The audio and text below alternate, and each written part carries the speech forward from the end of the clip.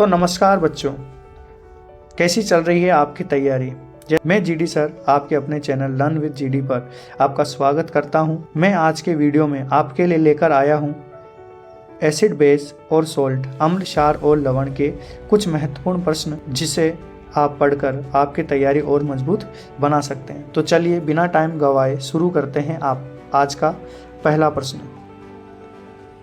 तो हमारा आज का पहला प्रश्न है, what is the chemical name of washing soda. Washing soda का रासायनिक नाम क्या है। तो सोचिए इसके वॉशिंग सोडा का रासायनिक नाम क्या होगा। तो वॉशिंग सोडा का रासायनिक नाम सोडियम कार्बोनेट होता है, जिसका सही फॉर्मूला भी आपको एक्सप्लेनेशन में दे रखा है। आप चाहे तो एक्सप्लेनेशन को वीडियो को पॉज करके देख सकते हैं। तो हमारा अगला प्रश्न है जो 2022 मेन बोर्ड में आया हुआ है, which of the following substances does not contain water of crystallization. यह प्रश्न आपसे पूछना चाहता है कि क्रिस्टलीकरण का जल कौन से फॉर्मूले में नहीं है। ये बहुत अच्छा प्रश्न है जो आपके हाफिले में आ सकता है। तो देखिए कौन से फॉर्मूले में क्रिस्टलन का जल नहीं होता है। चलते हैं आंसर पर। तो क्रिस्टलन का जल कौन से फॉर्मूला में नहीं होता, बेकिंग सोडा में नहीं होता है, और आप एक्सप्लेनेशन में देख सकते हैं कि बाकी सब में क्रिस्टलन का जल पाया जाता है। अगर मुझे बोलने में कोई भी दिक्कत हो जाए या कोई शब्द गलत बोलने में आ जाए तो आप उसे इग्नोर कीजिए। चलिए अगले प्रश्न पे चलते हैं। Name the acid present in orange. संतरे में पाए जाने वाले अम्ल का नाम बताना है। ये बहुत आसान प्रश्न है जिसका सही आंसर आपने गैस किया होगा। तो देखते हैं आंसर। बिल्कुल सही, आपका आंसर बिल्कुल सही है। सिट्रिक अम्ल इसका सही आंसर है, जो कि खट्टे फलों जैसे कि नींबू, मौसमी और साइट्रिक अम्ल आदि में पाया जाता है। चलिए अगले प्रश्न पे चलते हैं। तो हमारा अगला प्रश्न है, on the basis of taste what is the main difference between acid and base. स्वाद के आधार पर अम्ल और क्षार में क्या मुख्य अंतर होता है।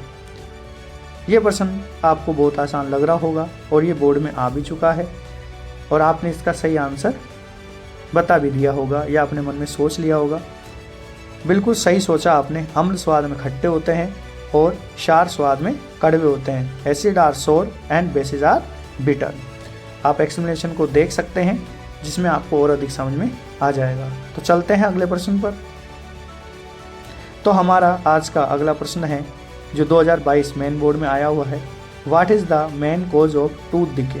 दंत क्षय का मुख्य कारण क्या होता है। दंत क्षय आप अच्छी तरह जानते होंगे। दांतों में जब इनेमल परत खराब होने लग जाती है तो उसे दंत क्षय कहा जाता है। तो देखिए सही आंसर इसका क्या होगा, सोचिए अपने मन में। तो बिल्कुल सही सोचा आपने। दांतों में जो बैक्टीरिया रह जाते हैं या हम जो खाना खाते हैं उसके साथ जो बैक्टीरिया आ जाते हैं वह दांतों में अम्ल बनाते हैं और वह अम्ल इनेमल परत जो कि दांतों की सुरक्षात्मक परत है उसे हटा देते हैं। इससे आपके दंत क्षय प्रारंभ हो जाता है या हम कहें कि टूथ डिके प्रारंभ हो जाता है। तो आज का हमारा अगला प्रश्न है जो 2022 के मेन बोर्ड में आया हुआ है। ये मिलान से संबंधित है। निम्नलिखित पदार्थों को उनके रासायनिक सूत्र से मिलाना है। Match the following substances with their chemical formulas. तो यहाँ पर आपको एक तरफ कुछ सामान्य नाम दे रखे हैं और सामने उनके सूत्र दे रखे हैं। तो आप उनको मिलान करने की कोशिश कीजिए, फिर इसका सही आंसर देखते हैं। और फॉर्मूले आपको याद होना बहुत ज़रूरी है। इस चैप्टर से फॉर्मूले ज़रूर पूछे जाते हैं। चलिए आंसर देखते हैं। तो आपका आंसर, जिप्सम को आपको मिलाना है CaSO4 2H2O से। ब्लीचिंग पाउडर का जो फॉर्मूला है वो CaOCl2 होता है। बेकिंग सोडा NaSCO3 होता है और प्लास्टर ऑफ पेरिस का फॉर्मूला CaSO4.12H2O होता है। तो आपने बिल्कुल सही मिलाया है। और अगर आपने नहीं मिलाया है तो कोई दिक्कत नहीं है, अभी भी आप अच्छी तरह तैयारी कर सकते हैं। अभी एग्ज़ाम में टाइम है। और हाँ, अगर आप चाहते हैं कि मैं प्रत्येक चैप्टर से महत्वपूर्ण प्रश्नों को लेकर रोज़ हर चैप्टर का एक वीडियो बनाऊं, तो आप कमेंट कर सकते हैं। मैं इसके लिए ज़रूर काम करूंगा और मैं आपको विश्वास दिलाता हूं कि जब तक आपका साइंस का पेपर होगा हाफ ईयरली का, हम सारे चैप्टरों को कवर कर चुके होंगे। तो प्लीज़ आप एक बार कमेंट कीजिए ताकि मेरे को मोटिवेशन मिले और मैं आपके लिए ऐसा वीडियो बना सकूं। चलिए अगले प्रश्न पे चलते हैं। तो हमारा अगला प्रश्न जो कि 2023 के स्पेशल सप्लीमेंट्री में आया है। बच्चों देखो, ये सामान्य सप्लीमेंट्री नहीं है, ये स्पेशल सप्लीमेंट्री है जो कि सप्लीमेंट्री के भी बाद लगती है। तो उसमें पूछा गया प्रश्न है, बहुत अच्छा प्रश्न है, ये आपके रिपीट हो सकता है। What is the pH value of human blood? मानव के रक्त की पीएच कितनी होती है? और ये आपको याद होगा ही। तो इसकी पीएच देखते हैं। तो बिल्कुल सही आपने सोचा, आपके पीएच जो है 7.4 होगी मानव के रक्त की। ठीक है, हम अगले प्रश्न पे चलते हैं। तो हमारा अगला प्रश्न जो कि उसी स्पेशल सप्लीमेंट्री से है, name the acid present in an and sting. चींटी के डंक में कौन सा अम्ल पाया जाता है? तो आपके चींटी में कौन सा अम्ल पाया जाता है जिसकी वजह से चींटी के काटने पर आपको दर्द का अनुभव होता है? तो देखते हैं इसका आंसर। बिल्कुल आपने सही सोच लिया होगा। हाँ, तो फॉर्मिक एसिड इसका आंसर है। ठीक है, आप एक्सप्लेनेशन इसका पढ़ सकते हैं। अगला प्रश्न है आपका, right the formula, chemical formula of plaster of Paris. बिल्कुल ये बहुत आसान प्रश्न है। देखिए बच्चों, पेपर में कोई कठिन क्वेश्चन नहीं आते हैं। पेपर वालों की आपसे कोई दुश्मनी नहीं है, लेकिन हम सामान्य तौर पर सही डायरेक्शन में हम किसी चीज़ को पढ़ते हैं तो हमारे मार्क्स आसानी से आ जाते हैं। तो बने रहिए और इस तरह से कुछ महत्वपूर्ण क्वेश्चन और मज़ेदार प्रश्नों का मज़ा लेते रहिए। तो यहाँ पर आपका आंसर देखते हैं।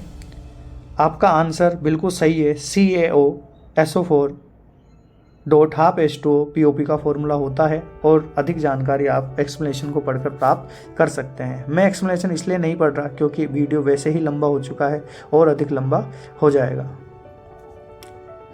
तो हमारा अगला प्रश्न है, right the chemical formula of gypsum. Gypsum का रासायनिक सूत्र आपको लिखना है। ठीक है, ये पुराने वाले क्वेश्चन की तरह ही है। तो आपको यहाँ से पता चलता है कि आपको सारे चैप्टर के जो फॉर्मूले हैं, महत्वपूर्ण फॉर्मूले हैं, उनको आपको याद करना है। और मैंने आपको बता दिया है, अगर आप कमेंट में कुछ जो आपको कठिन लगता है याद करने में तो आप कमेंट कीजिए। मैं उसके लिए ट्रिक या फिर समझाने वाला वीडियो बनाऊँगा जिसमें मैं आपको आसानी से बता दूंगा कि कौन से फॉर्मूले आ सकते हैं आपके आने वाले एग्ज़ाम में। ठीक है, तो आंसर देखते हैं। तो आपका आंसर है CaSO4 2H2O। देखते हैं अगला प्रश्न आपका क्या है। तो अगला प्रश्न है आपका, नींबू में कौन सा अम्ल पाया जाता है? बिल्कुल आप जो है देख सकते हैं कि पिछली बार जो आपका संतरा पूछा गया था, अब नींबू पूछा गया है। दोनों में एक ही अम्ल होता है। ये जो प्रश्न है आपका 2023 के सप्लीमेंट्री में आया है। बिल्कुल सही है, सिट्रिक अम्ल ही नींबू में पाया जाता है। देखते हैं अगला प्रश्न, give the chemical formula of salt obtain from the reaction between HCl and NaOH। HCl तथा NaOH की अभिक्रिया से प्राप्त लवण का रासायनिक नाम क्या होता है, वो आपको बताना है। ये बिल्कुल आपको आता होगा। उदासीनीकरण अभिक्रिया जो कि इस चैप्टर की महत्वपूर्ण अभिक्रिया है, उसका यह प्रश्न है। चलिए, तो सोडियम क्लोराइड इसका सही आंसर होगा। आप अभिक्रिया भी यहाँ पर देख सकते हैं। तो हमारा आज का अगला प्रश्न है, जब नीले लिटमस पत्र को अम्ल में डुबोया जाता है तब क्या होता है? What happen when blue litmus paper is dipped in an acid. दोस्तों, मैंने यहाँ पर गलती से स्पेशल सप्लीमेंट्री लिख दिया है, लेकिन ये प्रश्न आपका सप्लीमेंट्री में आया हुआ है। तो देखते हैं इसका आंसर। आपने सही सोच लिया है बिल्कुल। तो आपका जो लिटमस पेपर है वह नीले से लाल हो जाता है यदि हम उसमें डालते हैं। यहाँ पर आप नीचे देख सकते हैं कि आपको एसिड में जो नीला लिटमस अर्थात ब्लू टू रेड हो जाता है और बेस में रेड टू ब्लू हो जाता है, वो भी आप शॉर्ट में याद कर सकते हैं। चलिए, आज का हमारा लास्ट प्रश्न है, जब नीले रंग के कॉपर सल्फेट के क्रिस्टलों को, यहाँ स्फटिकों का अर्थ है क्रिस्टलों को गर्म किया जाता है तब क्या होता है? What happens when blue crystals of copper sulphate are heated. तो यह आपके पेपर में अंतिम क्रिया विधि से उठाया गया प्रश्न है। तो देखते हैं इसका सही आंसर क्या होगा। बहुत अच्छा प्रश्न है। तो आपका सही प्रश्न होगा, सही आंसर होगा कि वे सफ़ेद हो जाते हैं। देखिए आप, ये क्रिया विधि से उठाया गया प्रश्न है। इस क्रिया विधि को आप ध्यान से पढ़िए तो आपको समझ में आएगा। और अगर आपको ये क्रिया विधि समझ में नहीं आती है, किसी भी चैप्टर की क्रिया विधि समझ में नहीं आती है, तो आप कमेंट कीजिएगा। मैं ज़रूर सारी क्रिया विधियों को समझाने के लिए वीडियो बनाऊंगा। चलिए अगला प्रश्न देखते हैं। तो दोस्तों यहीं तक ही आज के हमारे प्रश्न थे।